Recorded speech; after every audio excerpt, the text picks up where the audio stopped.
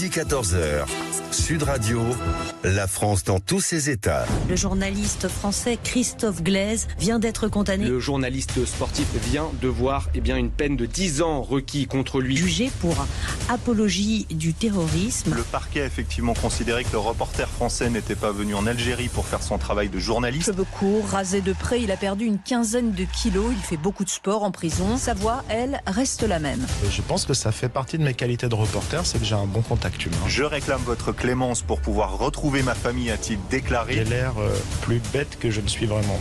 Et donc souvent les gens se méfient assez peu de moi. Bonjour chers amis auditeurs, vous êtes bien sur Sud Radio avec Perico Légas. À mes côtés, Maud Koffler qui me surveille d'un œil vigilant.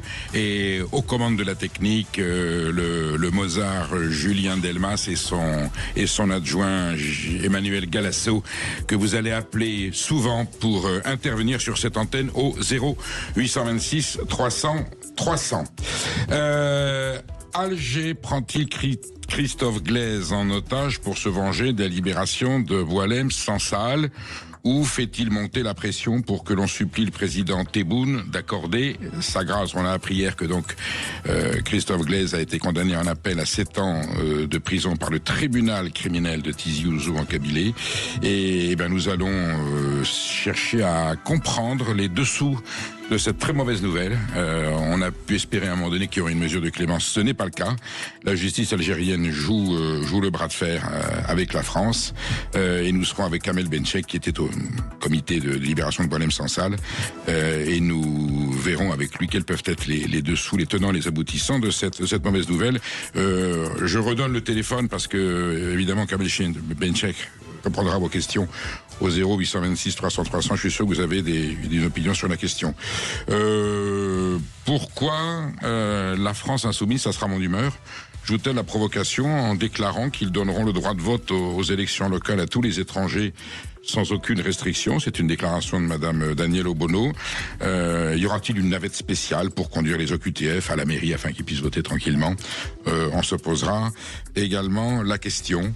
Alors, la sidération cette nuit, ce qu'on appelle les coups de théâtre qu'il peut y avoir dans les débats parlementaires, alors que l'obligation du Nutri-Score, le fait qu'on rende le Nutri-Score obligatoire pour indiquer la nocivité de certains aliments, avait été adopté en première lecture par l'Assemblée nationale, et bien cette nuit, par 120 voix contre 117, Madame Stéphanie Rist a réussi à faire rejeter cette obligation du Nutri-Score. Alors, est-ce que le gouvernement est aux ordres des lobbies? Est-ce que Madame Stéphanie Rist va changer de titre, non plus ministre de la Santé, mais ministre de la Malbouffe?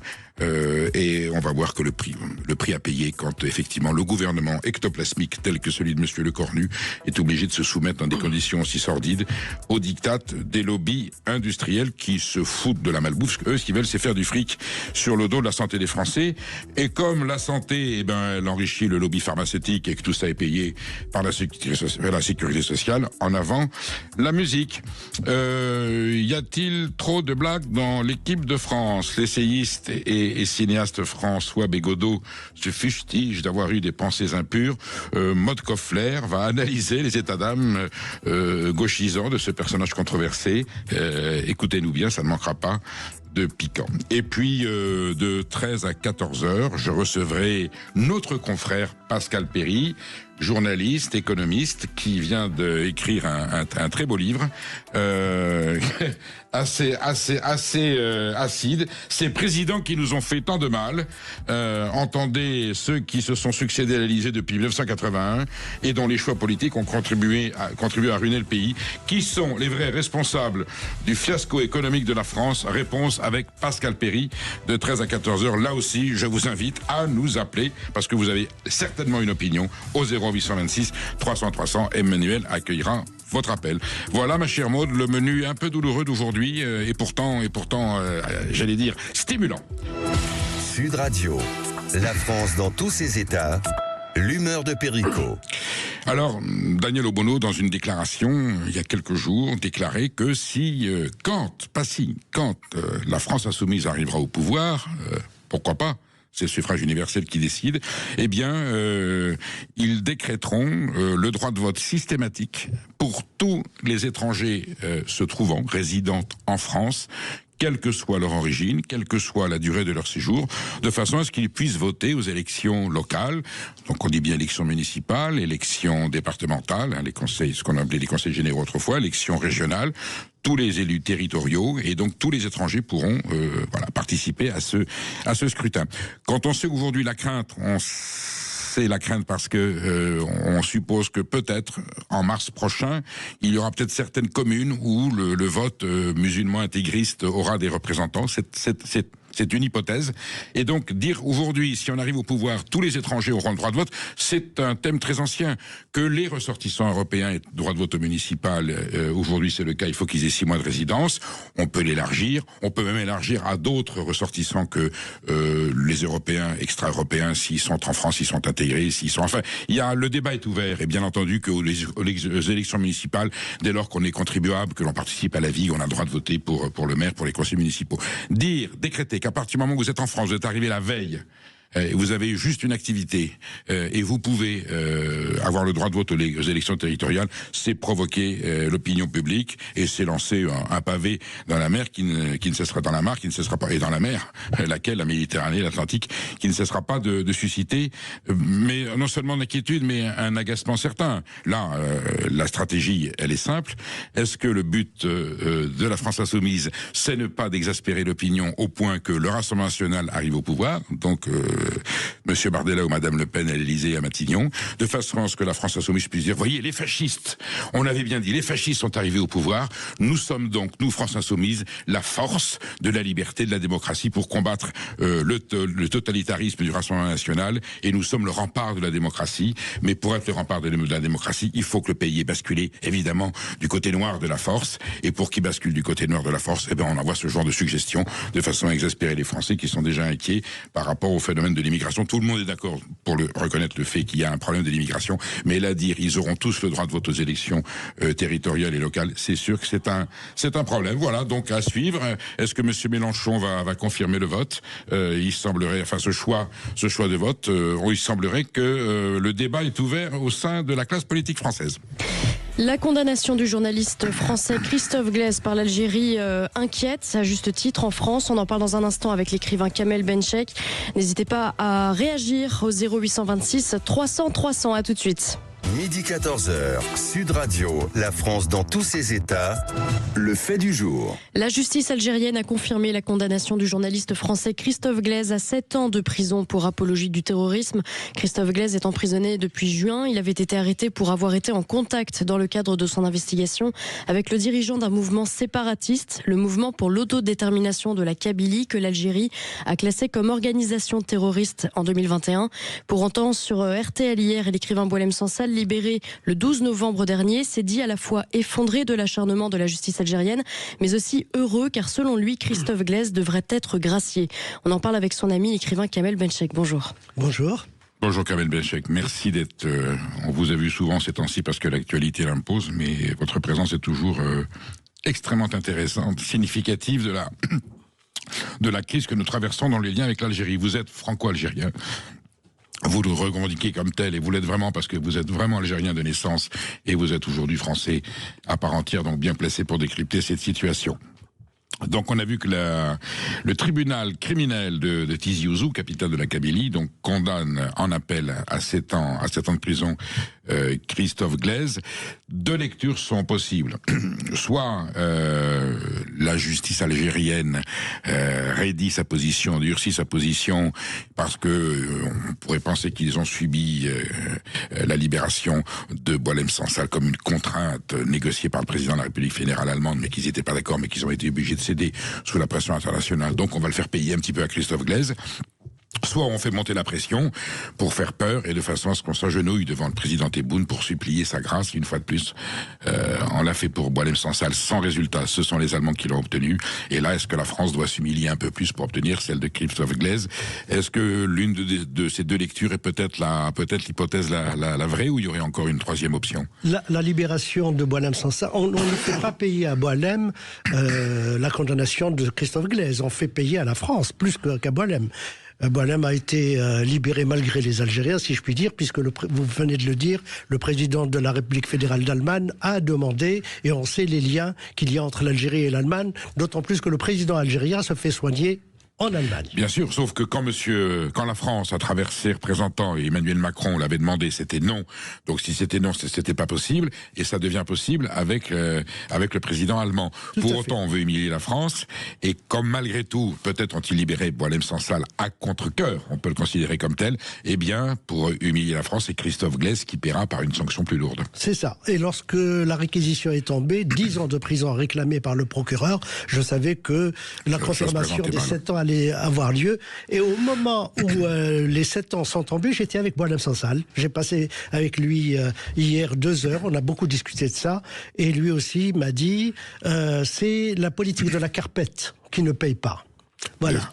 Pour autant, on sait, on l'a entendu, ils se sont exprimés, la famille de Christophe Glaise espérait une mesure de clémence. Il paraît que les indicateurs pouvaient laisser penser qu'il y aurait un assouplissement sans qu'il y ait une libération immédiate, en tout cas une sanction, une sentence moins dure.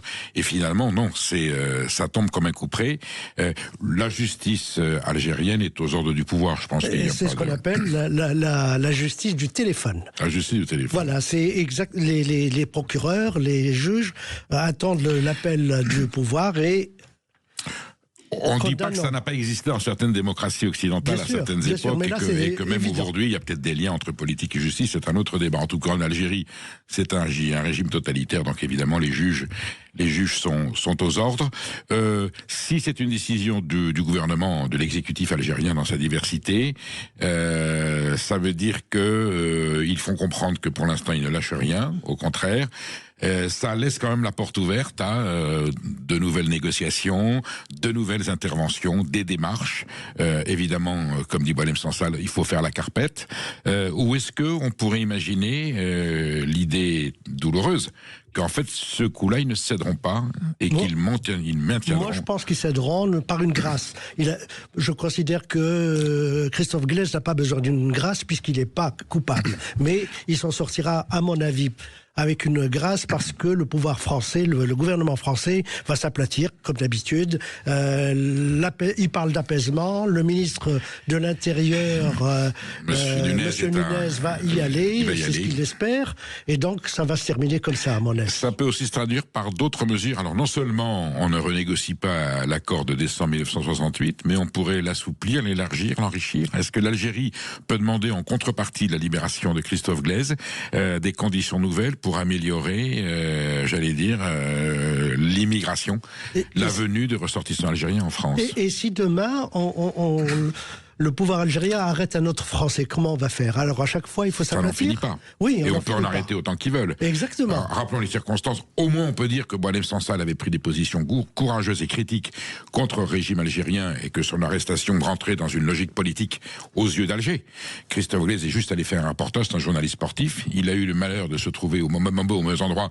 Il a interviewé un responsable de football kabyle associé à un mouvement. Oui. Un mouvement autonomiste de Kabylie, et tout de suite le chef d'accusation, c'est intelligence avec l'ennemi, en quelque sorte déstabilisant l'État algérien. Tous les ressortissants français qui sont aujourd'hui en Algérie, il y en a un certain nombre, peuvent tomber sous le coup d'une arrestation arbitraire et d'une accusation inventée, voilà, et ainsi de suite, il y aura donc des prises otages permanentes. Exactement. Et la différence entre Boualem Sansal et Christophe Glaise, c'est que on a su que Boualem a été arrêté 4 jours après son arrestation, et on a commencé à crier, nous avons réuni ses amis pour mettre en place un comité de soutien, alors que Christophe Glaise a été arrêté 6 mois avant Boualem, et on en a entendu parler qu'un an après, pratiquement, son arrestation. Ça, c'est quand même... Et ça ne bouge pas. Il n'y a pas de comité de soutien. Qu'est-ce que fait RSF? Est-ce qu'ils ont assisté au procès? On ne sait rien. Et pourtant, ils sont en première ligne. Il y a eu une tribune, je crois, des journalistes. Kamel Benchek, on sent que la politique de la carpette de la France, ça ne vous plaît pas du tout. On sait que Boualem Sansal, depuis sa libération, est surveillé d'une certaine manière par l'État français, qui lui demande d'y aller mollo, en gros, dans ses déclarations. Là, concernant Christophe Glaise, c'est ce à quoi on assiste aussi, c'est calmez-vous, pas un mot plus haut que l'autre. Vous voudriez que la France fasse quoi? Qu'elle emploie un bras de fer avec l'Algérie? Pas un bras de fer, mais qu'elle se comporte avec l'Algérie comme avec n'importe quel autre État. je ne vois pas pourquoi l'Algérie serait un État à part. Pourquoi cette différence, justement ? Parce qu'il y a les 132 ans de colonisation et surtout la rente mémorielle. On en est toujours là. 63 ans après l'indépendance, on parle toujours de ce problème-là. Ça bouge pas. Alors que quelques années à peine après la fin de la Seconde Guerre mondiale, l'Allemagne et la France ont signé on signe la paix. Vous voulez dire que la fermeté doit rester l'image de la France, mais quand même dans une négociation. Est-ce qu'on pourra, à un moment donné, percer l'abcès ? Ça remonte à loin. Ça remonte à 1830, 1954, 1962. On va pas faire un Nuremberg des crimes de la France en Algérie. Il y en a eu des deux côtés. Est-ce que vous pensez qu'en Algérie, il y a aujourd'hui, au sein du pouvoir, au sein de l'armée, au sein de l'opinion, une volonté de dire est-ce qu'on peut solder ce passé et repenser l'avenir autour d'une table, On a vu les Ukrainiens et les Russes vont certainement un jour y arriver, mais là, c'est frais. Là, c'est une affaire qui a 60 ans ou 130 ans. Est-ce qu'un jour, on peut envisager un apaisement de la relation entre cette grande nation qu'est l'Algérie, ce peuple, et la France historique? Je l'espère, d'autant plus que 80 à 90% des Algériens sont nés après 62, il ne faut pas l'oublier, et qui n'ont pas connu la guerre d'Algérie, ils la connaissent par l'histoire et une histoire faussée. Une polémique qui est malgré tout entretenue en France dans le cadre de certains enseignements scolaires où on fait valoir la repentance, l'expiation, et on éduque, on insigne aux jeunes que la France s'est comportée avec quand le président de la République a dit la colonisation c'est un crime contre l'humanité, ça n'allait pas arranger les rapports entre la France et l'Algérie. Non, du tout. Il leur a donné du grain à moudre même. Moi, je pense qu'il faut vraiment dépasser cette affaire de rente mémorielle et de faire en sorte que les jeunes Algériens et le peuple algérien et le peuple français soient des peuples amis et que tous les unis, en tous les cas, la mer Méditerranée, les 900 km à peine qui séparent Alger de Marseille, la langue, même si elle est mise de côté en Algérie, mais beaucoup d'Algériens parlent toujours français. Bien sûr. Et puis les fils de Harki, et n'oublions pas aussi le sort de la Kabylie et la Kabylie, qui est un vrai sujet. Voilà. Bon, écoutez, en tout cas, priorité à la libération de Christophe Glaise. On prévient les autres sortissants français d'être prudents, mais on en est là, carrément. Et évidemment, on se mobilise tous et nous restons à cette radio, évidemment, très, très attentifs. Je signale juste, Kamel Benchek, que vous avez produit ce petit recueil de textes des membres du comité de soutien à Boualem Sansal, aux éditions Franz Fanon. Je le montre ici. Il était une fois Boualem Sansal, effectivement, ça méritait d'être raconté. En espérant tout simplement qu'il n'y ait pas de nouvelles tragédies de ce genre, de nouvelles souffrances, et qu'on arrivera, comme on l'a évoqué vous et moi à l'instant, à une situation d'apaisement. Pour l'heure, libérons Christophe Glaise des geôles des prisons de la justice algérienne. Merci. Merci de m'avoir reçu. Vous restez bien avec nous, un chroniqueur qui compare la Russie à l'Allemagne nazie, un journaliste qui trouve qu'il y a trop de noirs dans l'équipe de France de football, tant de sujets polémiques que nous allons traiter dans un instant et qui doivent vous faire réagir. 0826 300 300, à tout de suite. Dans tous ces états aussi à son cadeau de Noël, je le prends tout de suite. Alors, suspense.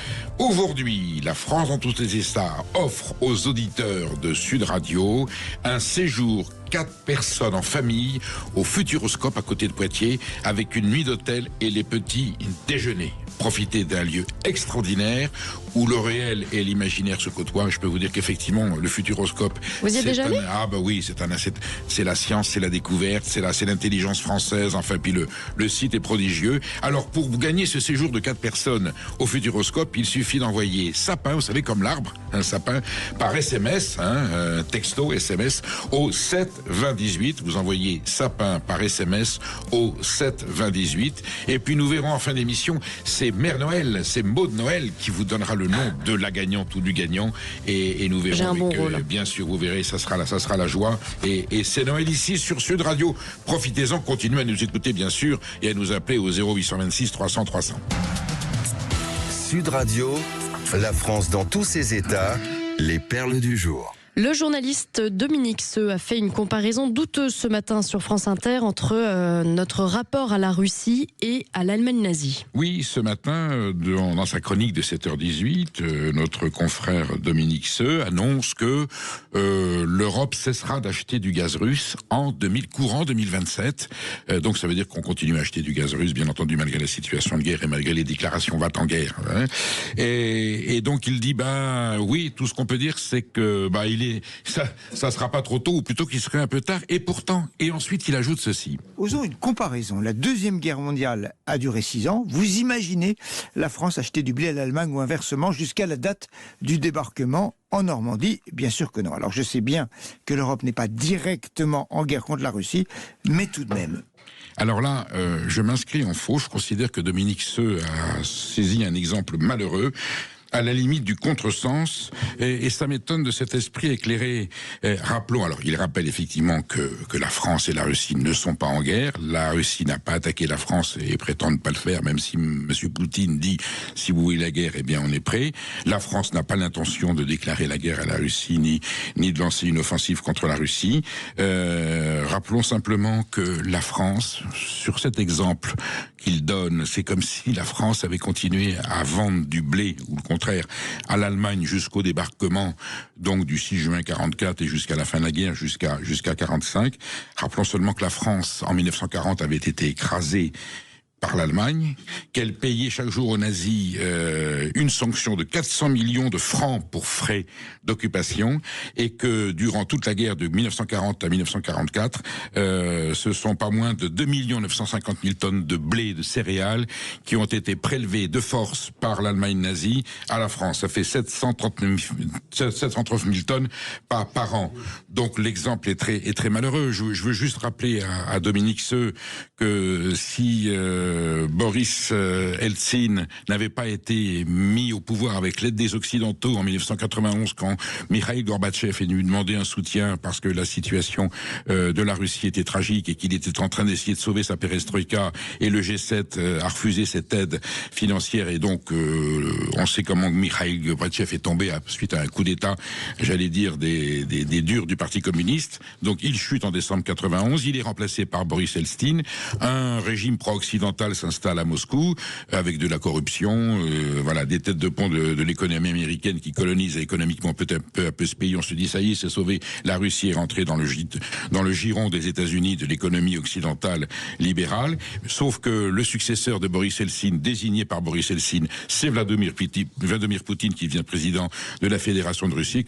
Vladimir Poutine considère que la façon dont les Américains, l'Europe et l'Occident traitent la Russie, alors que lui n'a cessé que de tendre des mains à l'époque, on a les accords, ce sont des faits, là je ne prends pas position, eh bien on a une situation de tension qui se crée et qui aboutit à la situation où nous sommes aujourd'hui. Ce régime est un régime totalitaire. Vladimir Poutine est un tyran et qui n'a pas hésité à faire assassiner des opposants. Donc personne n'est en train de glorifier, personne ne prend sa défense. On veut juste rétablir la vérité des faits. Et rappelons que le dernier sang versé par des Français sous des balles russes, c'était au front de Stalingrad, lorsque les miliciens de la Légion des volontaires français de monsieur Joseph Darnan, envoyés par le régime de Vichy, sous uniforme allemand, sous uniforme nazi, pour combattre la Russie soviétique, qui a sacrifié plus de 20 millions de Russes et sont morts pour la libération de l'Europe contre les nazis.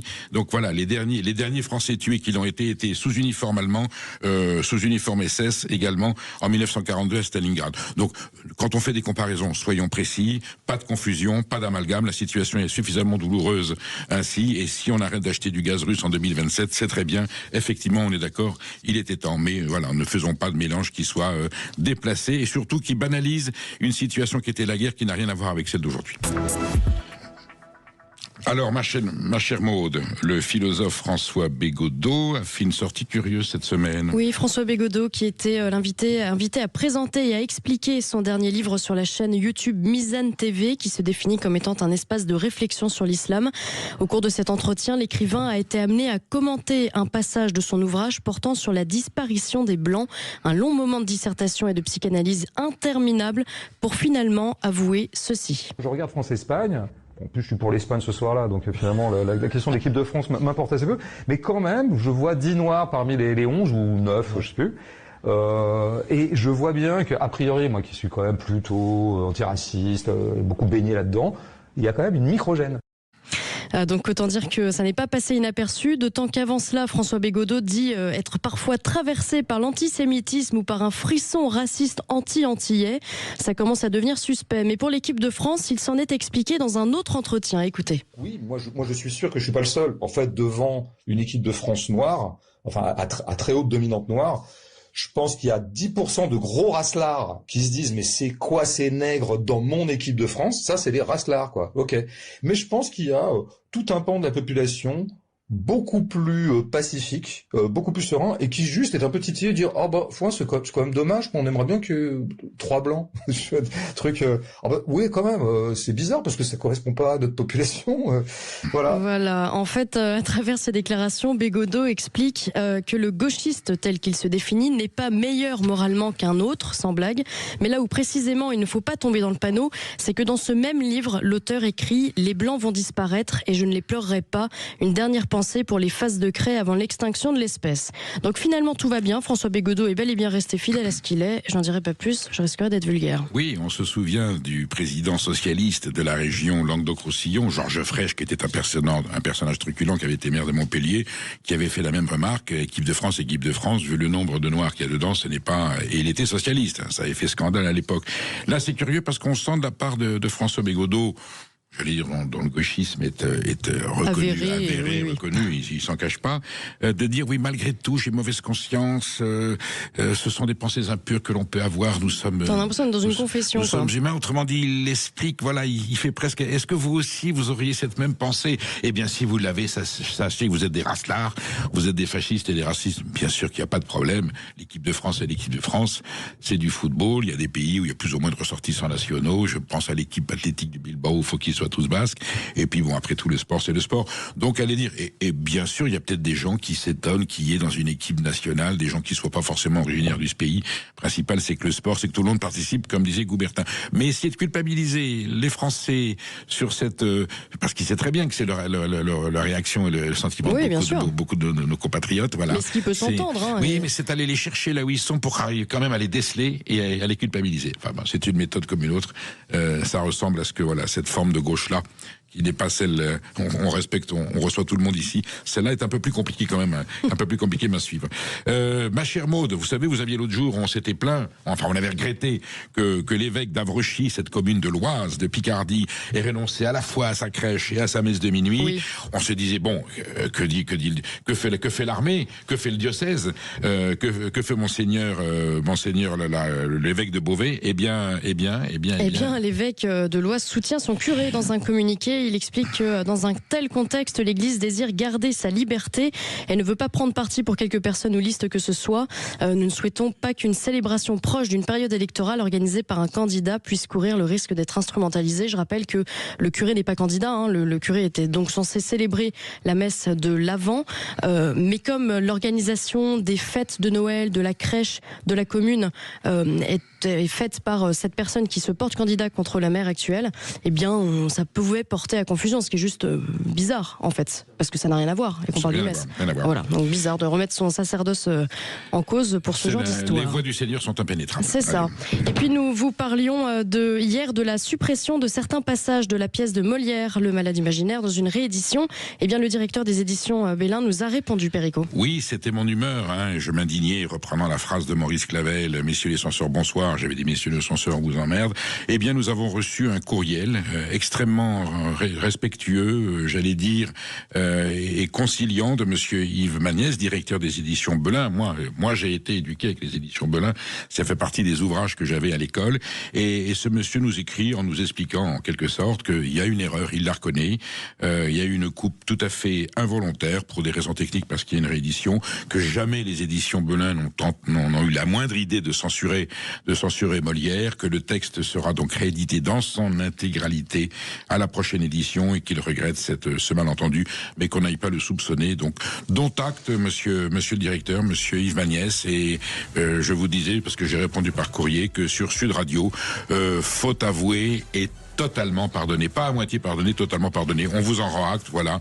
Et voilà. En tout cas, on achètera bien sûr voilà, cette autre édition où la scène n'est pas coupée. Le médecin Magret, lui, est sauf et la pensée de Molière est intacte. Merci aux éditions Belin de rectifier le texte dans sa vérité. Merci. Allez, vous restez bien avec nous. On va parler du Nutri-Score encore une fois, mais parce qu'il y a eu du nouveau cette nuit, Perico, et on en parlera avec le fondateur du Nutri-Score, le professeur dont je n'ai Serge plus le nom. Jacqueberg. Merci beaucoup. Voilà. N'hésitez pas à réagir 0826 300 300. On est ensemble sur Sud Radio jusqu'à 14h. À tout de suite. Midi 14h. Sud Radio, la France dans tous ses états. Les députés ont finalement repoussé cette nuit une mesure visant à généraliser l'affichage sur de nombreux emballages d'aliments du Nutri-Score. Vous savez, cet étiquetage ABCD qui vous indique la qualité nutritionnelle des produits. Le gouvernement estime la mesure inadaptée et contraire aux normes européennes. On en parle aujourd'hui avec le père du Nutri-Score, Serge Jacqueberg. Bonjour. Bonjour. Bonjour Serge Jacqueberg, merci d'être présent sur ce plateau. Enfin, vous n'êtes pas présent, vous êtes présent à l'antenne, vous êtes à Londres et je vous ai appelé en catastrophe tout à l'heure lorsque nous avons appris cette nuit qu'il y a eu un reversement de tendance. Vous vous souvenez, nous avions quasiment célébré, vous et moi, sur ce plateau, il y a quelques jours, le vote en première lecture de l'adoption rendant le Nutri-Score obligatoire et on considérait, vous et moi, que c'était une mesure sanitaire importante pour les consommateurs et pour la France. Vous m'aviez dit que vous étiez quand même méfiant qu'il y avait la deuxième lecture qui va arriver. Votre doute était fondé puisque cette nuit, eh bien, j'appelle ça un coup de théâtre pour problème de présence de parlementaires, par 120 voix contre 117 pour 3 voix, l'obligation du Nutri-Score sur les conditionnements de produits alimentaires industriels a été rejetée. Je suppose que vous êtes, à défaut d'être en colère, extrêmement déçu. Oui, très déçu, et je pense qu'on peut l'être tous, car c'est une défaite de la santé publique. C'est un recul, malheureusement, qui pénalise les consommateurs, et puis c'est un mépris également à la fois de la demande sociétale et du rôle des scientifiques qui ont fourni des éléments justifiant l'intérêt de la mesure. Comment vous expliquez que le gouvernement est plié? Madame Stéphanie Rist a expliqué que c'était contraire, j'allais dire, à la réglementation européenne, mais laissons venir, on verra bien. En tout cas, c'était un acquis, c'était une conquête. Vous pensez que c'était plutôt un accident que ce Nutri-Score ait été rendu obligatoire en première lecture, ou qu'il y avait quand même un consensus national qui pouvait laisser espérer que la mesure soit définitive? Non, il y avait vraiment un consensus national, et ce qui est vraiment regrettable, c'est ce deuxième vote dans lequel vraisemblablement les pressions des lobbies ont été suffisamment efficaces pour diluer le débat sur des faux arguments et donc repousser cette mesure, ce qui fait sûrement plaisir à beaucoup de grands industriels qui vont célébrer le fait de ne pas avoir à faire jouer de la transparence sur la qualité nutritionnelle de leurs produits. Et étant entendu que Madame Annie Genevard, ministre de l'Agriculture et de l'Alimentation, avait obtenu, elle est élue de Franche-Comté, avait obtenu que les produits dits du terroir ou d'appellation d'origine contrôlée soient épargnés par le Nutri-Score. Nous rappelons, professeur, que le Nutri-Score n'est pas une sanction, c'est juste pour signaler aux consommateurs qui sont peu informés que l'abus de certains aliments contenant trop de graisse ou trop de sucre peut être nocif pour la santé. Et je vous disais moi-même que si on mange 3 kilos de comté au lait cru et 4 kilos de foie gras de la meilleure provenance par semaine, on risque d'avoir des problèmes de santé. Tout simplement, le problème il est là, on est d'accord. Oui, tout à fait. Il y a vraisemblablement des pressions à la fois économiques et politiques avec des arguments électoralistes. Et c'est très dommage parce qu'en plus, même en ayant exempté les produits traditionnels ayant une AOP, une IGP, on aurait pu s'attendre que les députés votent pour l'obligation sur tous les autres aliments industriels préemballés, et ça n'a même pas été le cas. Alors, c'est vraiment lamentable. Serge Jacqueberg, on va parler vrai, puisque c'est la thématique de cette antenne. Parlons vrai. Ça signifie que Madame Stéphanie Rist, qui se dit ministre de la Santé, là, je suis désolé, tout à l'heure dans la présentation, je l'ai appelée ministre de la Malbouffe, elle a accepté donc de remettre en cause cette adoption du Nutri-Score, de rendre le Nutri-Score obligatoire, sous la pression. Alors, ils ne le présenteront jamais comme ça. Quels sont les lobbies qui peuvent faire pression et pour quelles raisons? Alors, d'une part, l'argument qui a été utilisé par Madame Rist n'est pas tenable. Il est possible au niveau européen de contrevenir au principe de la libre circulation des marchandises à partir du moment qu'il y a une justification de santé publique qui soit tout à fait nécessaire, proportionnée et non stigmatisante pour aucun État. C'est le cas du Nutri-Score.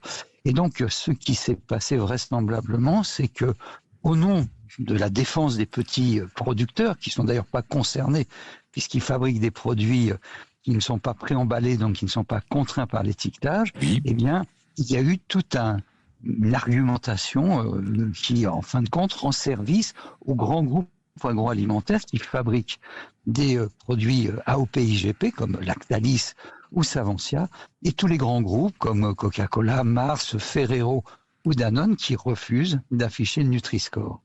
Ce sont tous les produits agroalimentaires très transformés ou ultra transformés, qui sont évidemment exposés sur les rayons de la grande distribution et dont l'abus est nocif. Pourtant, ce sont des produits, on va pas citer de marque, mais vous en avez cité quelques-uns, qui suscitent des addictions formidables, surtout chez les jeunes, avec des effets sanitaires absolument tragiques. On parle de surpoids, d'obésité, de maladies cardiovasculaires, de diabète.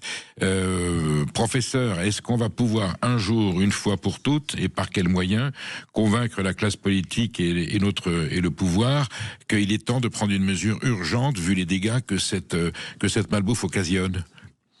Écoutez, ce qu'on peut espérer, c'est que ce soit la pression sociétale, la demande des citoyens, des consommateurs, la mobilisation des associations, des ONG, des professionnels de santé et des scientifiques qui permettent de faire comprendre et de convaincre les politiques qu'il est temps de mettre la santé publique avant les intérêts économiques et financiers.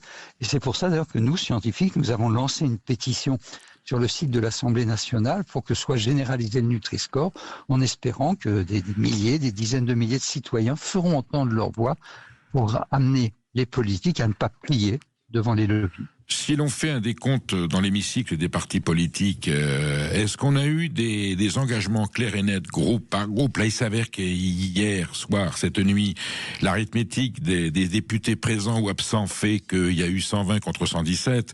À 3 voix près, le Nutri-Score l'obligation du Nutri-Score était confirmée. On va rentrer comme ça dans le jeu des partis politiques. Aujourd'hui, quels sont les partis qui se sont clairement prononcés pour l'adoption du Nutri-Score de façon obligatoire? Alors, au niveau de l'Assemblée nationale, ça a été quand même relativement transpartisan. Toute la gauche et les écologistes ont voté, une bonne partie du bloc central, quelques républicains, et par contre, il y a eu un blocage total et uniforme de l'ensemble des députés du Rassemblement national, qui là encore ont argumenté sur des arguments très populistes pour condamner, discréditer et empêcher le passage de cette mesure d'intérêt collectif. Alors, de la part des Républicains, d'ailleurs, l'obligation du Nutri-Score, professeur, avait été rejetée par le Sénat, mais ça, on savait que les Républicains, ils sont majoritaires. Les Républicains ont toujours été très proches du lobby agro-industriel au nom de l'économie française et de l'importance de protéger parce qu'eux considèrent que la souveraineté alimentaire, c'est de vendre beaucoup de malbouffe avec l'étiquette française. Le Rassemblement national, professeur, ce qui est étonnant, ce sont des gens qui se disent proches du peuple, proches de l'intérêt des Français, proches de l'intérêt des agriculteurs, qui défendent la santé. Et là, est-ce que c'est pas un masque qui tombe dans ce parti qui se dit toujours proche de la France d'en bas? Et lorsqu'il s'agit de protéger la France d'en bas, car le Nutri-Score protège d'abord les revenus moyens, les revenus faibles, qui ne sont pas toujours informés et qui achètent le moins cher possible. Et le moins cher possible, le low cost, est souvent celui de la malbouffe. Vous pensez pas que là, il y a une contradiction de la part du Rassemblement national?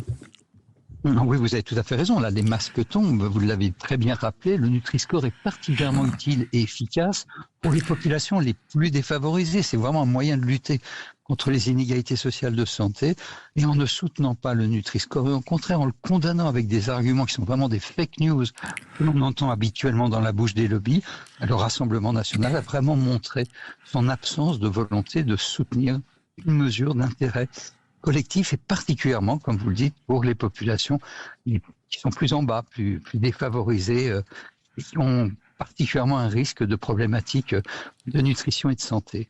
Serge-Jacques Berg, est-ce que là le protocole, la porte est fermée avec ce rejet de cette nuit? Est-ce qu'il reste encore une option, une possibilité de reporter le projet Nutri-Score au niveau du Parlement français, voire, puisque d'autres pays ont adopté le Nutri-Score que vous avez créé, n'oublions pas que c'est vous qui êtes à l'initiative de cette mesure de santé publique essentielle, est-ce que le débat pourrait se porter avec les autres pays ayant adopté le Nutri-Score au niveau du Parlement européen?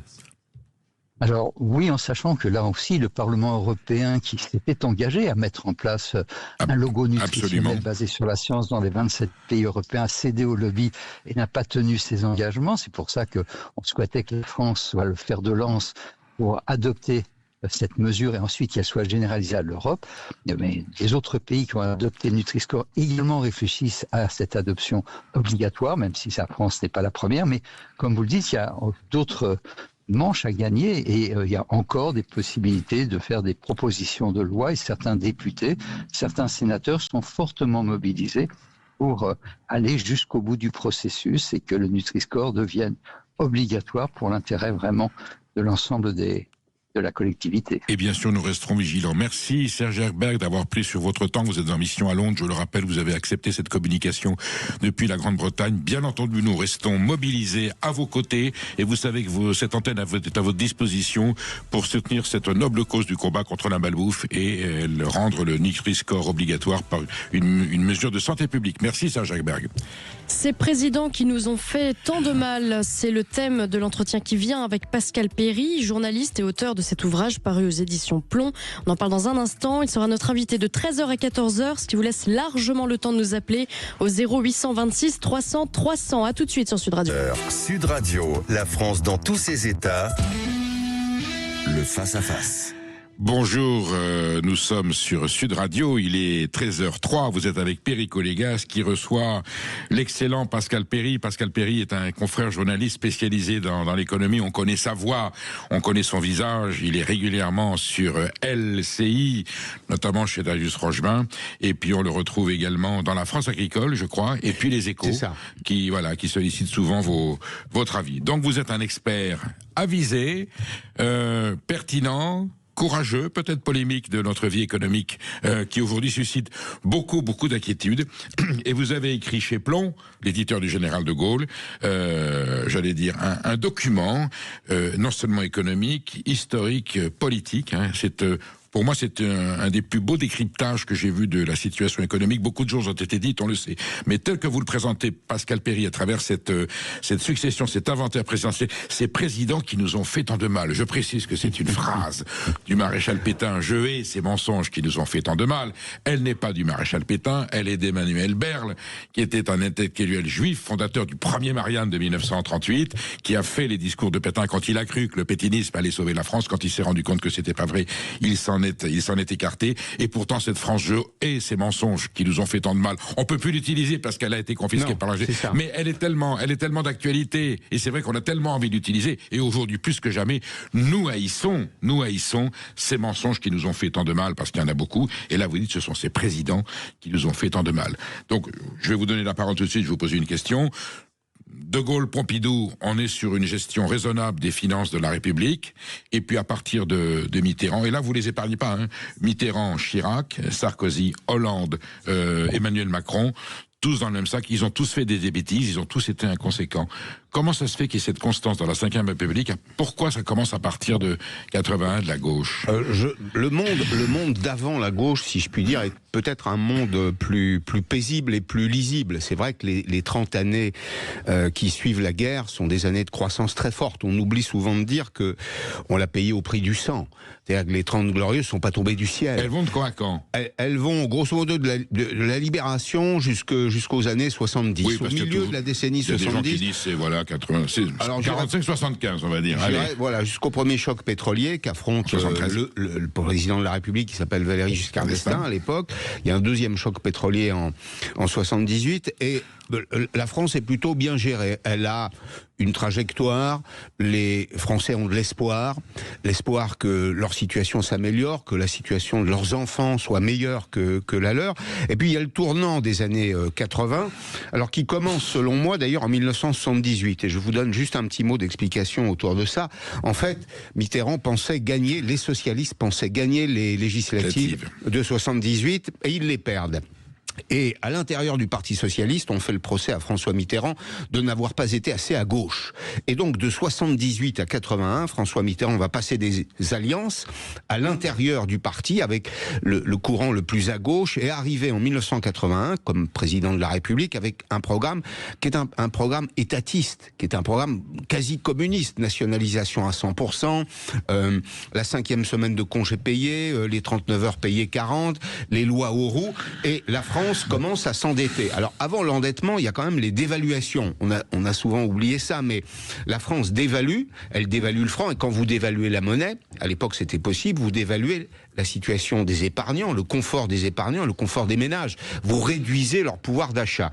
Mais la gauche s'entête, et le premier mandat de François Mitterrand est pour moi le vrai tournant, parce que c'est le mandat de la désindustrialisation. Pour dire les choses très clairement, moi, j'étais journaliste à cette époque-là, j'étais jeune journaliste. Où ça? Alors, j'étais dans le Nord, et je regardais ce qui se passait dans le Nord et l'Est de la France.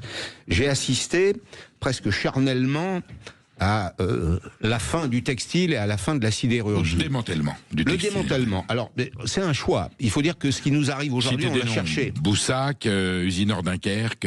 Usinor Dunkerque, et puis Arcelor, etc. Alors, toutes ces sociétés avaient été l'objet de fusions multiples, parce qu'on était déjà assez peu compétitifs. De grands monuments industriels. De grands monuments industriels. Mais c'était un peu l'industrie du 20e.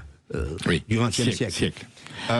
Et François Mitterrand et la gauche jettent les armes d'une certaine façon, se disent que l'industrie c'est fini, ça n'est plus pour les pays européens, qu'il faut laisser l'industrie sale à d'autres, aux Indiens, aux Chinois, qu'on fera autre chose, on va faire la société des loisirs et du temps libre. Et du service. Alors c'est la société servicielle, c'est absolument ça. Et donc on met de l'argent sur la table, non pas pour redresser l'outil de production, comme vont le faire les Allemands, on met de l'argent sur la table pour payer des pré-retraites à 52 ans. Donc je dis que la désindustrialisation, c'est le point de départ. C'est le résultat d'une politique publique, c'est le résultat d'une volonté. On n'a pas été victime, si nous avons été victimes, nous avons été des victimes consentantes, et nous le payons aujourd'hui encore. Vous voulez dire que jusqu'à Giscard d'Estaing, je citais tout à l'heure le général de Gaulle, bien sûr, qui rétablit l'économie de la République avec je crois que ça s'appelle Rueff, son conseiller, plus que Jacques Rueff, qui conseille la dévaluation. On pouvait à l'époque, puisqu'il n'y avait pas l'euro, il y avait le serpent monétaire européen. Pompidou, gestionnaire très important. Enfin, sauf que c'est lui qui fait le changement. La République n'empruntera plus à la Banque de France, mais aux banques privées. C'est vrai. En 73, vous vous souvenez? Absolument. Mais il y a une raison à ça. La raison, c'est que quand on peut emprunter à la Banque de France, on peut emprunter beaucoup, trop d'ailleurs. Et c'est une espèce d'incitation, c'est perçu comme une incitation au déficit. Et donc emprunter à des banques, c'est jouer un peu le jeu du marché et s'imposer à soi-même une gestion de bon père de famille. Sauf qu'on emprunte à 4 à des banques qui, elles, empruntent à 2, parce que l'argent vient quand même, c'est comme l'électricité vient d'EDF, l'argent vient quand même de la Banque de France. Toujours. Donc les banques empruntent à 2 et reprêtent à 4 à l'État son propre argent. C'est comme si vous ne pouviez pas aller chercher votre argent. 3,50. 3,50. Donc, alors, Giscard, ça se finit à Giscard. C'est surtout Raymond Barre, vous expliquez. Lui, le meilleur économiste de France, il est le dernier à rendre un bilan. Alors on sait que c'est 74 le dernier bilan positif, mais même en 80, l'économie française est encore saine. Oui, c'est vrai. Alors on a eu 2 chocs pétroliers. Ce sont des chocs lourds pour l'économie française. Ça joue sur la compétitivité de notre industrie. Ça joue évidemment sur le pouvoir d'achat des ménages. Mais Raymond Barre, courageusement, à partir de 1978, peut-être parce que la droite a gagné les législatives, mais je dis courageusement parce que quand il y a, dans la perspective, c'est-à-dire à moins de 2 ans, 79-81, une présidentielle, on a tendance à lâcher les cordons de la bourse. Lui dit, écoutez, moi, je suis Premier ministre, je défends l'intérêt supérieur du pays, je ne veux pas faire de démagogie, et donc il mène une politique de rigueur budgétaire qui, évidemment, va alimenter le discours de gauche. Je me rappelle de cette époque-là, j'étais jeune, mais j'ai des souvenirs très précis. On nous expliquait que la France était un enfer social. Et quand vous creusez un peu, vous apercevez qu'avec Giscard, les chômeurs étaient indemnisés pendant 1 an à 90% de leur salaire brut, Perico. Je ne sais pas si vous vous rendez compte. J'avais 20 ans, Pascal, je me souviens que ce que c'est. Je voyais ça, comme un pays de droite conservateur où les pauvres étaient exploités. Mais ce n'était pas le cas, évidemment. Et vous savez, la société, elle fonctionne avec des représentations. Alors quand on vous explique du matin au soir que le capital se sert sur les travailleurs, que l'État défend les riches, que la France perd ses avantages sociaux, les gens finissent par le croire. C'était le discours de Georges Séguier et de Henri Krasuki. C'était la CGT qui fixait la doxa. C'était Marché qui parlait de scandale en France en disant... Les travailleurs. Les travailleurs, scandale. Les millions et les millions de travailleurs. Voilà, qui organisent, alors les industriels qui organisent le chômage, etc. Enfin, on avait l'impression d'être revenu à Zola, alors qu'en réalité, nous étions dans une situation de confort social qui est très supérieure à ce que nous avons aujourd'hui. Pascal, ça veut dire qu'aujourd'hui, ça ne veut pas dire qu'il n'y avait pas des gens qui avaient des revenus modestes, on n'était pas dans l'opulence et dans l'harmonie, mais les injustices sociales étaient peut-être moins lourdes, et aujourd'hui on a plus de très pauvres qu'il y en avait à l'époque, et en tout cas beaucoup plus de gens qui se sentent malheureux. Oui, on était socialisés, comme on l'est toujours aujourd'hui, peut-être dans des conditions différentes. Ce qui a changé, vous le dites, c'est que la taille, il y a 2 choses qui ont changé radicalement. D'abord, l'économie s'est mondialisée. La Chine est rentrée dans le commerce international, elle est rentrée dans l'OMC en 2002, je crois, de mémoire, je crois que l'accord est signé en décembre 2001, et puis elle rentre dans le marché commun du commerce international. C'est là où Alain Perfit écrit « Quand la Chine s'éveillera, le monde tremblera », et ça s'est avéré exact. Ça a 2 conséquences. Ça a pour première conséquence que le marché se dilate. Le marché se mondialise.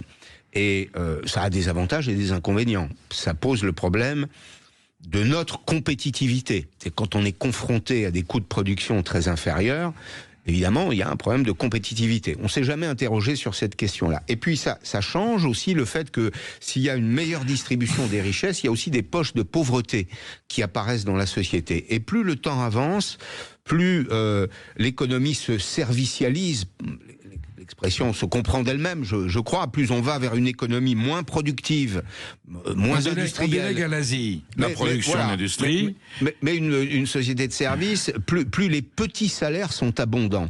Ce qu'on a oublié de dire, et ce que la gauche oublie de dire quand elle parle de la société des loisirs et du temps libre, c'est que dans cette société-là, il y a beaucoup d'emplois de services et que les emplois de services sont souvent peu considérés et surtout très mal payés. C'est une des raisons pour lesquelles il y a aujourd'hui des travailleurs pauvres, au même titre qu'il y a des gens qui sont sortis de l'emploi, qui sont dans ce qu'on appelle le halo du chômage aujourd'hui, mais qui ne sont pas capables de revenir au boulot. Le service paye moins que l'industrie, ce qu'on appelle les emplois marchands, si chers à votre collègue Jean-Marc Sylvestre, les emplois marchands. Mais il a raison. Voilà, et ça prend tout son sens. Oui, parce que l'organisation d'une société de service, vous savez, ça ressemble à un râteau. Vous avez un manche, c'est-à-dire que vous avez une direction, il y a peu d'encadrement intermédiaire, et vous avez beaucoup de petites mains en bas, de la même façon qu'il y a beaucoup de dents sur un râteau. C'est un peu ça. Et qu'est-ce que c'est? C'est tous les petits boulots d'aujourd'hui qui sont dans le service à la personne, le service aux entreprises, la propreté, l'entretien, la sécurité, parfois les transports. C'est tous ces petits boulots dont le volume a gonflé dans la société et qui fabriquent d'une certaine façon de la pauvreté. Et au-delà, vous avez utilisé un mot qui me touche vraiment, du désarroi. Les gens cherchent leur place dans la société, ils ne la trouvent pas. D'abord parce qu'il y a la barrière du pouvoir d'achat, et puis parce qu'ils n'ont pas l'impression de participer à un ensemble qui s'appelle la nation.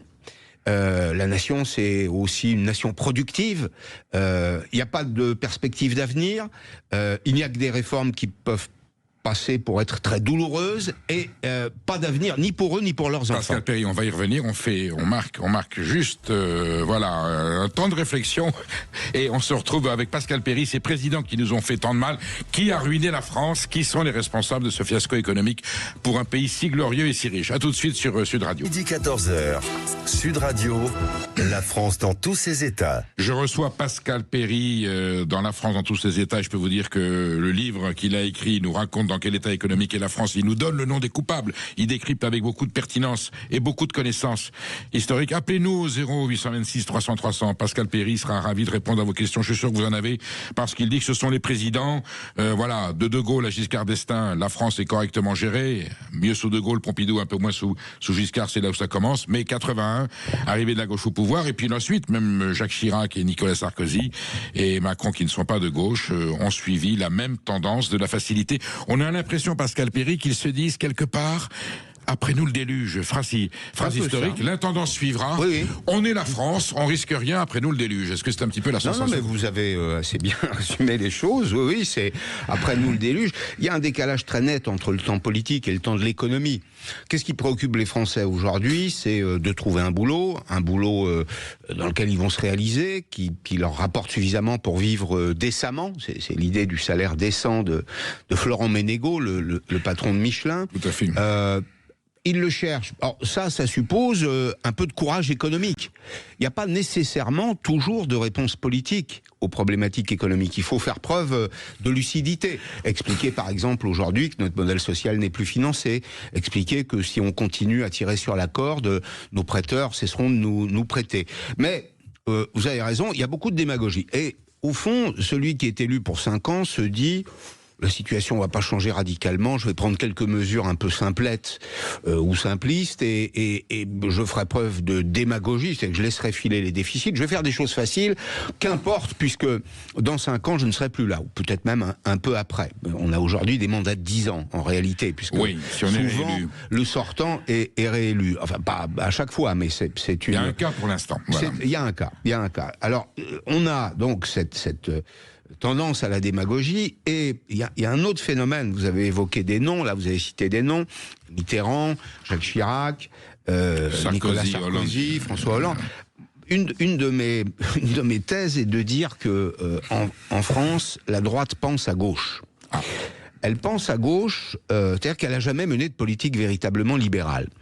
Il y a eu une petite séquence libérale entre 86 et 88, mais comme Chirac a été battu aux élections présidentielles de 88, il est revenu 7 ans plus tard. Donc la première cohabitation, oui. 86-88, la droite, au secours, la droite revient, vous vous souvenez des affiches. Très bien. Et Jacques Chirac est donc nommé à Matignon par François Mitterrand. Mène une politique de privatisation, une politique plutôt libérale, ouvre le transport aérien qui était toujours en situation de monopole, et ça aère un peu l'économie. Bon, malheureusement pour lui, il est battu en 1988, absolument, et il conclut que les Français ne sont pas libéraux. Et donc il va revenir en 95 avec la fracture sociale, c'est-à-dire avec un programme de gauche, un programme quasi socialiste. Suscité par Philippe Séguin. Qui est la droite, alors la droite sociale. Mais qu'est-ce que c'est que la droite sociale? Il va le trahir le 26 octobre. C'est vrai, le 26 octobre. Mais laissons le 26 octobre de côté, vous avez raison de le rappeler malgré tout. Mais qu'est-ce que c'est que la droite sociale? C'est la gauche. C'est le travaillisme à la française.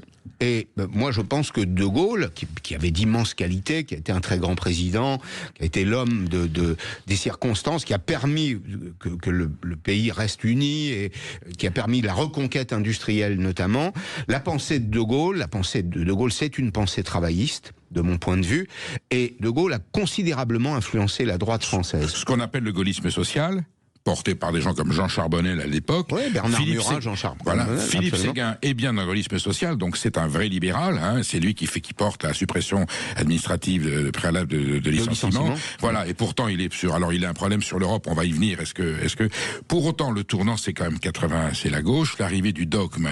Vous dites vous-même que les conseillers de François Mitterrand, il était quand même entouré par des gens comme Jacques Delors, qui lui disent pas la peine de nationaliser à 100%, 51%, ça revient le même. Et c'est une économie consécutive. Mais lui se dit non, faut être dans le nombre. Qu'est-ce qui s'était passé? 77 ruptures du programme commun.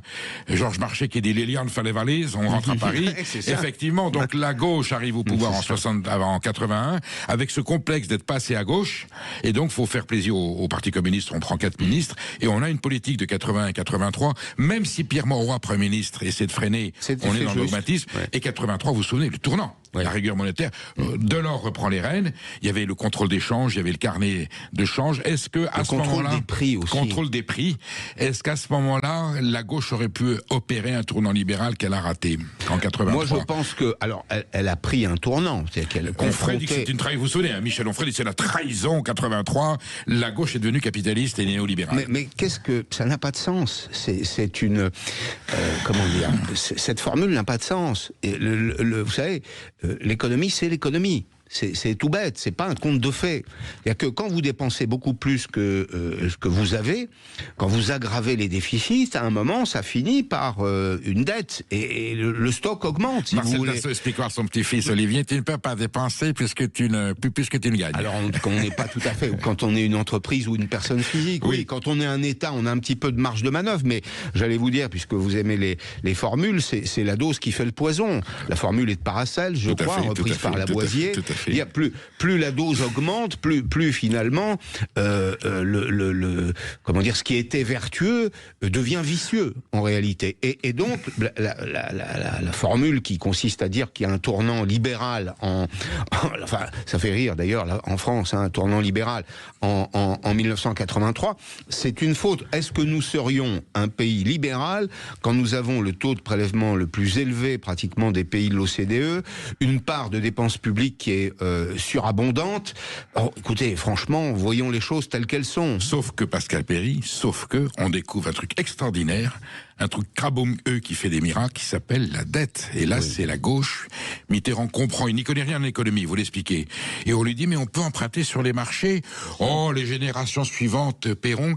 Et je prends une phrase de Jean-Pierre Levade, qui était l'autre jour sur LCI, justement, et qui dit, la définition du symptôme est simple.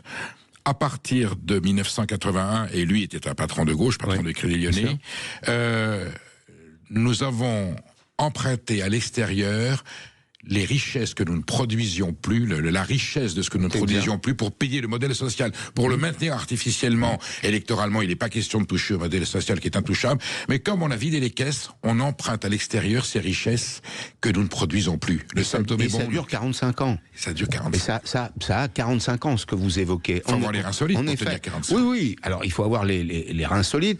Il y a des explications à ça. Au fond, les 30 Glorieuses et la suite ont, concentré une part de richesse en France qui va nous permettre de rester dans un solde extérieur positif jusqu'à 1999. 1999, quand on regarde les chiffres, c'est un peu un langage d'économiste, mais le solde net extérieur, ça signifie que vous êtes créancier sur le reste du monde. La formule est simple. J'ai bien compris. Et donc, il y a un tournant en 99. C'est-à-dire que on perd quelque chose qui vous est cher à vous et à moi. On perd notre souveraineté. On est sous Jospin, là. On est sous Michel. On est sous Jospin. Strauss-Kahn est aux finances. Alors, la France a le vent dans le dos. Il y a la croissance aux États-Unis. On en bénéficie. À un moment où on aurait pu faire des réformes courageuses, la gauche décide des 35 heures. Et dans des conditions qui sont assez obscures. Jospin n'a peut-être pas été parfaitement informé des conséquences des 35 heures. C'est une dévaluation compétitive du pays. Pascal, mais il ne pensait pas gagner. Il dit il faut trouver une idée pour la législative de 97. Je crois que c'est Strauss-Kahn qui suggère les 35 heures tout en disant on le fera pas. Martine Aubry dit mais mon père dit que c'est de la folie. Ils gagnent, ils sont obligés d'appliquer. C'est elle qui applique une mesure dont elle avait dénoncé le risque. C'est ça. Alors il y a un mystère autour de ça. DSK se défend aujourd'hui en disant pas moi. Oui. Si, c'est lui. Bien sûr, c'est lui. Alors, il faut être à charge et à décharge. Lui disait, il faudrait aller vers 37, payer 39. Bon, et ensuite, il change d'avis parce que c'est assez peu lisible. Ce qui marche, au fond, en France, et ça interroge l'opinion en France, ça interroge ce que nous sommes tous, nous, bons Français. On a tendance à croire ce qui nous est raconté. Il y a une forme de crédulité. Et quand on explique aux Français qu'on va travailler moins, rentrer dans une société des loisirs, on oublie de leur dire que les salaires vont être bloqués pendant 10 ans et qu'on sera peut-être un peu plus libre, mais aussi un peu plus pauvre. Pascal, il y a une première lame avant les 35 heures, qui est la mesure la plus catastrophique pour l'économie française, et des gens de gauche le reconnaissent aujourd'hui, c'est la retraite à 60 ans. Tout à fait louable, oui, mais si on prend les deux États ensemble... C'est à l'origine du drame d'aujourd'hui. Oui. Alors, il y a la retraite à 60 ans, vous avez parfaitement raison. C'est une décision de François Mitterrand. comme les nationalisations dogmatique. à 100% qu'on évoquait tout à l'heure. C'est une décision dogmatique. Il faut montrer au peuple de gauche que les choses changent. On le paye aujourd'hui, on est d'accord. On le paye aujourd'hui. Mais vous savez, il faut d'abord montrer, tout est affaire de représentation, il faut envoyer un signal politique. Et sans souci de ce qui se passera ensuite. La France conservera une capacité d'endettement.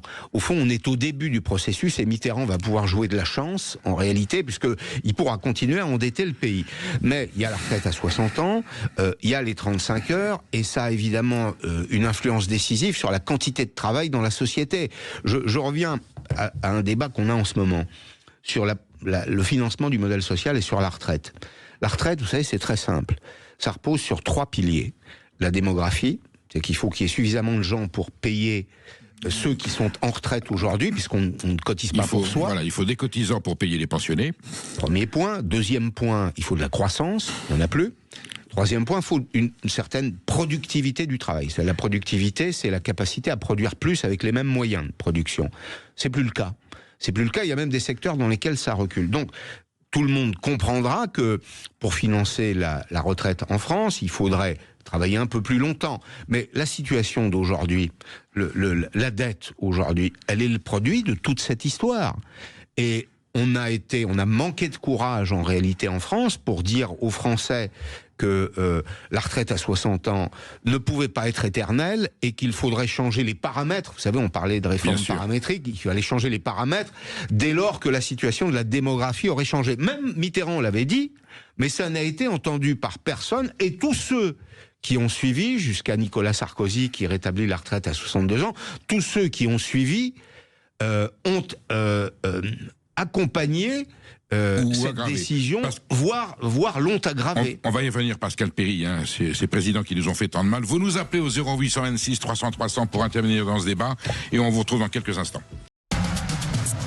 Midi 14h, Sud Radio, la France dans tous ses états. Vous êtes sur Radio, le face-à-face avec Perry Collégas, et je reçois Pascal Perry, le grand économiste du PAF, parmi d'autres, bien sûr, il n'est pas le seul. Oui, mais son livre, Ces présidents qui nous ont fait tant de mal, par lequel il explique comment on est arrivé, cette grande puissance économique est arrivée à ce niveau de fiasco, il le détaille avec, de septennat en quinquennat, comment on a pris toutes les mauvaises décisions et celles qu'il ne fallait pas prendre. Pascal Perry, je voudrais qu'on aborde, on a encore une demi-heure, 2 points. L'Europe, est-ce que ça a été mal conçu? Europe incontournable, évidemment, personne, il y a que des fantaisistes, mais est-ce que le fait que la préférence communautaire ait été abandonnée par l'acte unique au profit de la mondialisation, et surtout, est-ce que je peux me permettre de résumer votre critique en disant il y a 2 mots qui sont à la source du malheur. Redistribution, on redistribue à tout va, et la distribution, finalement, on donne tout ce qu'on veut à tout le monde. Je cite dans votre livre, la phrase du siècle, je vous le dis Pascal Perry, ce que vous avez écrit là, c'est la phrase du siècle qui résume tout, vous allez en convenir et je voudrais qu'on l'écoute. Quand on déforme des générations entières de consommateurs à l'idée que les prix peuvent baisser sans interruption, on finit par en faire des chasseurs de primes au risque de perdre toute notion de la valeur.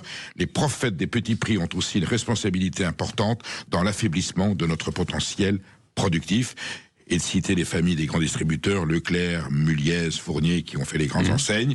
J'achète, donc je suis. Il est là le problème. Et pour moi, il est là, et ça se traduit par une autre réalité qui est que nous avons été un peuple de producteurs. Nous sommes devenus un peuple de consommateurs, avec le consentement du politique. C'est-à-dire que le langage politique a de l'importance. La façon dont on s'adresse aux Français, ça a de l'importance. Quand on leur promet toujours plus de pouvoir d'achat, soit on augmente les salaires, et c'est très bien, mais ça fait aussi augmenter les prix de ce que nous produisons nous-mêmes. Et ça exonère surtout du discours courageux sur la production. Il faut produire. Vous voulez dire que nous consommons des produits que nous ne produisons plus, qu'on importe à bas prix de pays pour lesquels on a détruit nos industries pour leur confier la production. Absolument. Vous savez, c'est la phrase du philosophe libanais qui dit « Malheur à un pays qui se nourrit de ce qu'il n'a pas cultivé et qui s'habille de ce qu'il n'a pas tissé ».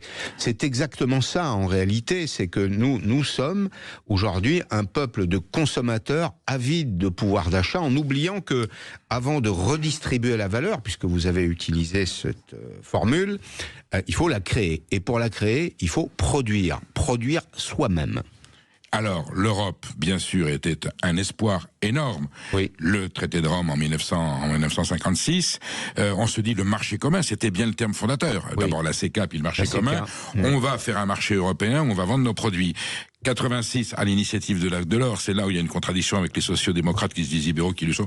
On va ouvrir, il n'y a pas d'omelette sans casser les œufs, on verra bien, ça va dégouliner.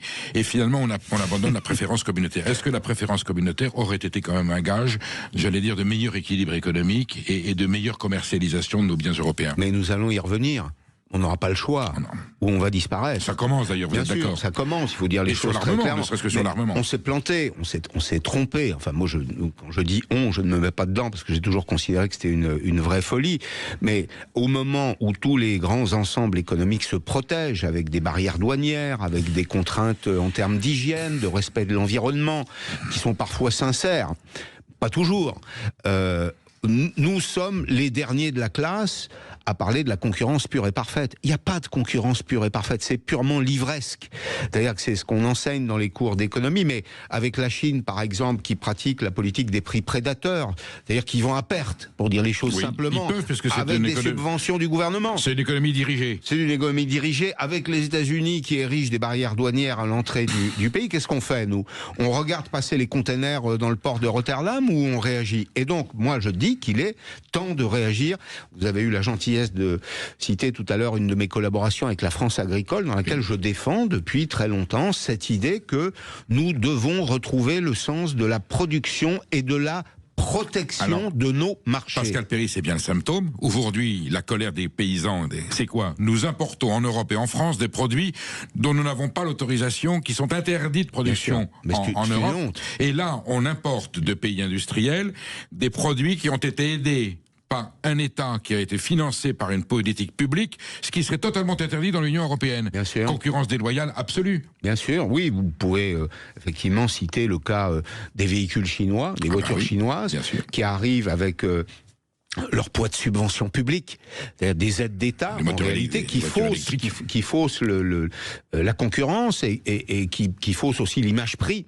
Mais vous savez, on a déjà cité cet exemple quand même. On a déjà été confronté à cette politique de la Chine. La Chine a pratiqué la politique des prix prédateurs sur les métaux précieux et les terres rares.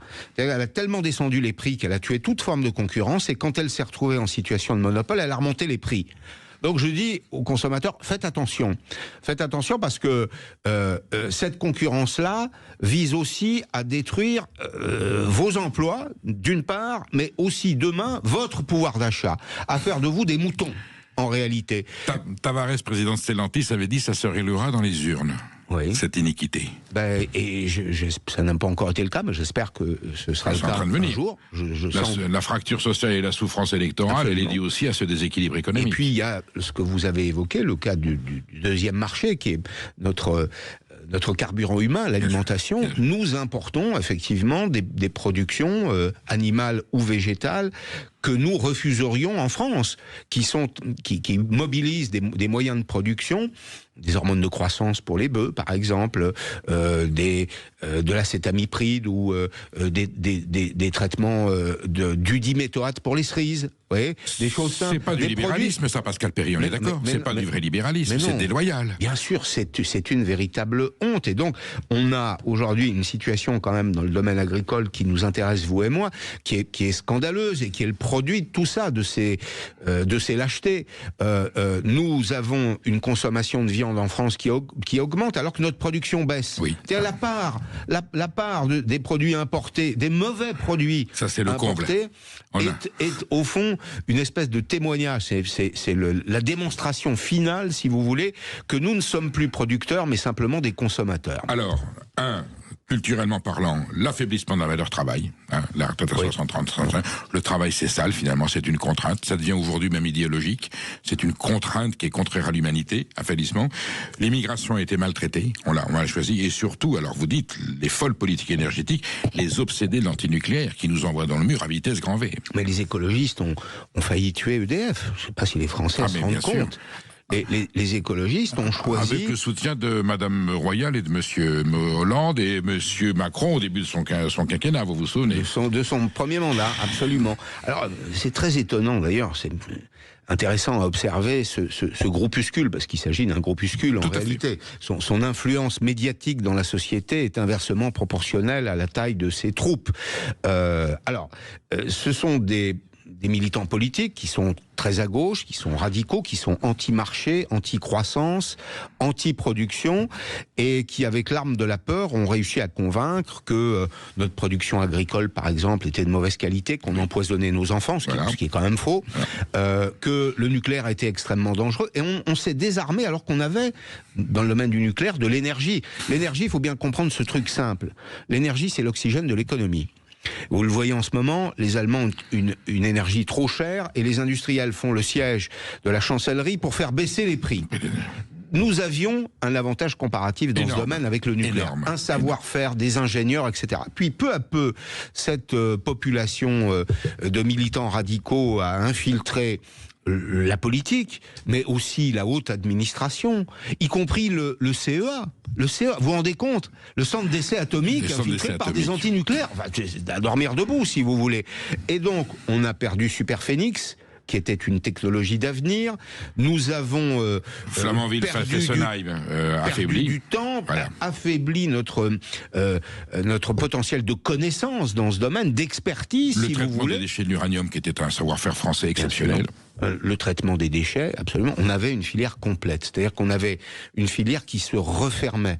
Comme disent les industriels, le cycle de l'atome se refermait parce qu'on retraitait les déchets nucléaires. Bon. Nous avons failli perdre tout ça. EDF a été en grande difficulté et nous reprenons aujourd'hui péniblement la marche en avant avec du retard dans un domaine, Perico, où le retard ne se rattrape jamais. Le temps perdu l'est pour toujours. Celui-là. Et il faudrait pouvoir faire l'inventaire des mauvaises décisions qui ont été prises, de Superphénix et Lionel Jospin, avec l'action directe et indirecte de Dominique Voynet, jusqu'à François Hollande, avec ses ministres écolos. Madame Duflot. Et quelques autres, si vous voulez, pour dire qu'il y a une responsabilité écrasante dans ce domaine. C'est un consommable essentiel dans une société moderne, l'énergie, et c'est un domaine dans lequel on doit être souverain. Vous savez, puisqu'on parle de souveraineté, je vais vous dire cette chose simple. Dans la vie publique, et quand on parle des nations, quand on parle des États, il faut savoir choisir ses dépendances. Ça signifie qu'il y a des sujets sur lesquels on ne veut pas être dépendant. La base, c'est l'alimentation.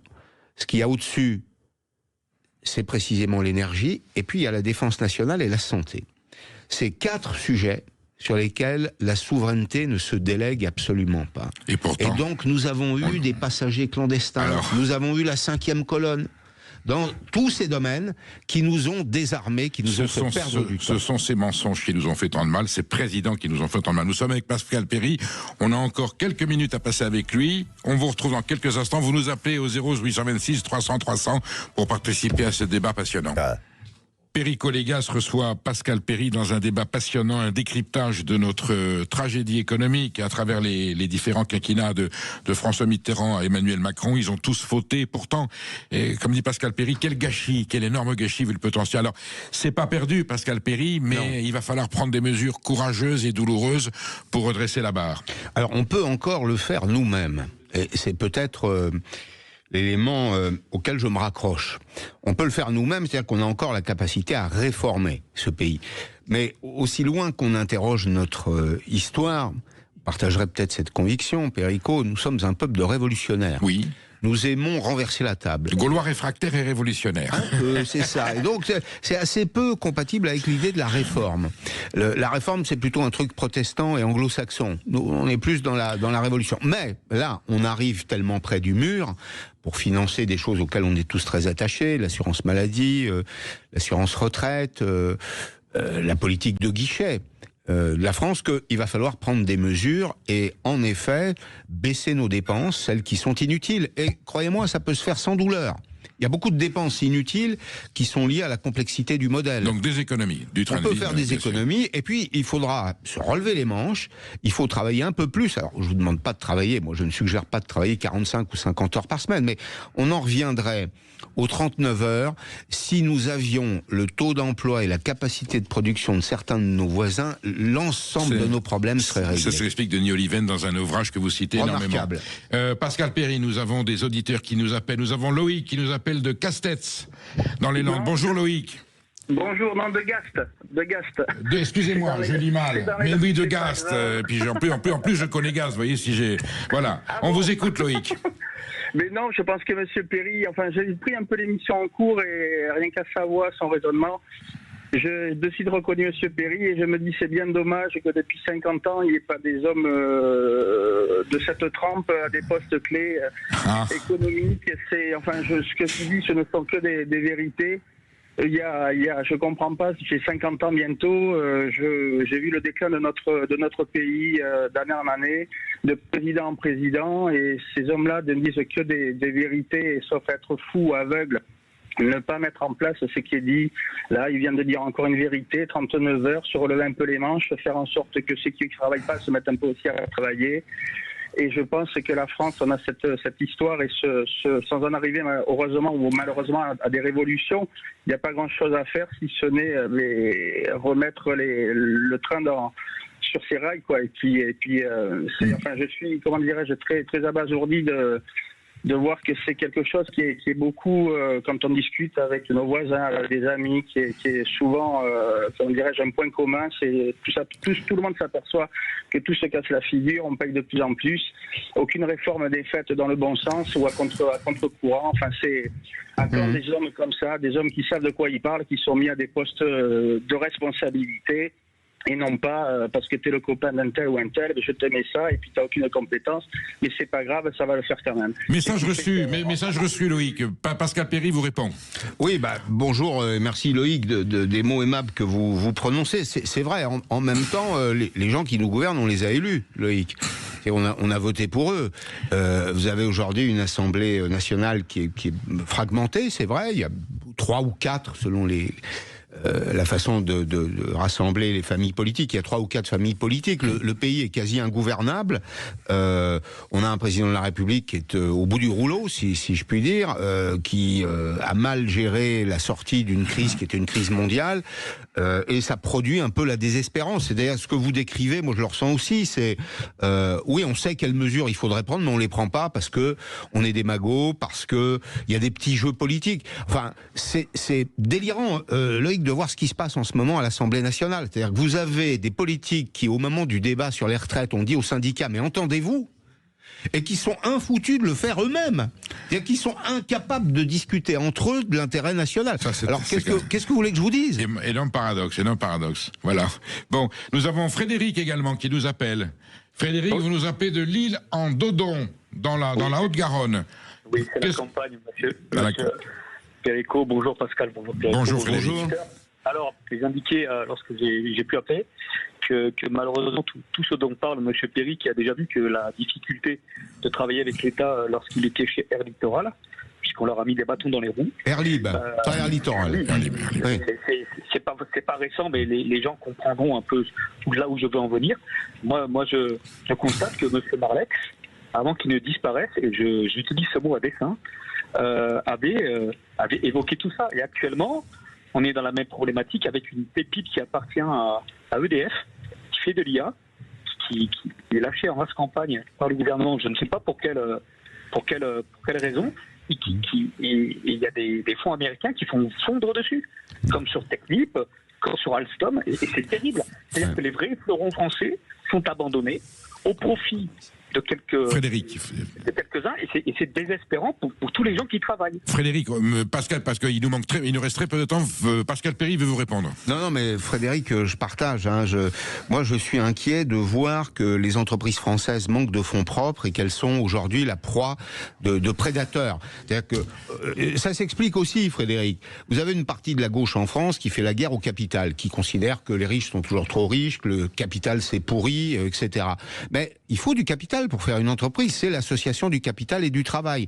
Et donc, si on avait un peu plus de fonds propres, c'est-à-dire de capacité à investir, à créer des emplois, à produire de la croissance, eh ben, on serait moins à la merci des autres. Et en effet, aujourd'hui, il y a un risque de perdre quelques pépites, précisément parce que nous appliquons un traitement politique à des questions économiques. Voilà.